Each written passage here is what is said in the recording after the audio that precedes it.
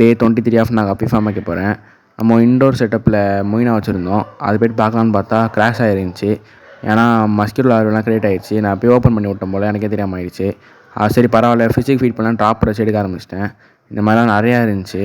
அதை அப்படியே ஒரு நெட்டில் எடுத்து அதுக்கப்புறம் ஒரு மகுக்கு அதை அப்படி ட்ரான்ஸ்ஃபர் பண்ணிட்டேன். இப்போ நம்ம கிடச்ச மஸ்கிட்டோ லார்வெல்லாம் இதுதான்.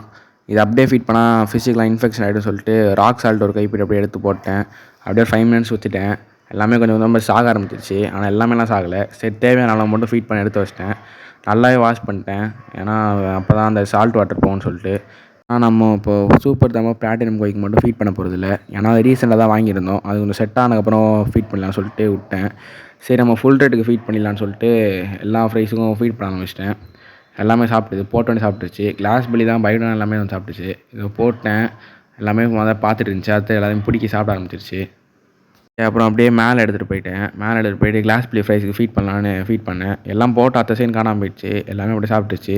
அடுத்து ஜாப்பனீஸ் ப்ளூவும் அதே மாதிரி தான் போட்டேன். எல்லாமே அப்படியே டக்குன்னு வந்து எடுத்துகிட்டு போயிடுச்சு.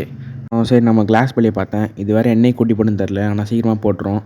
சரி அப்படியே இதுக்கும் ஃபீட் பண்ணியாச்சு. இதுவும் நல்லா சாப்பிட்டுது. அவங்க மொத்தம் இன்றைக்கி நம்ம ஃபிஷ் எல்லாமே நல்லா சாப்பிட்டுது. அப்புறம் இன்றைக்கான வீடியோ அவள் தான். டே 24ல் சந்திக்கலாம். தேங்க்யூ.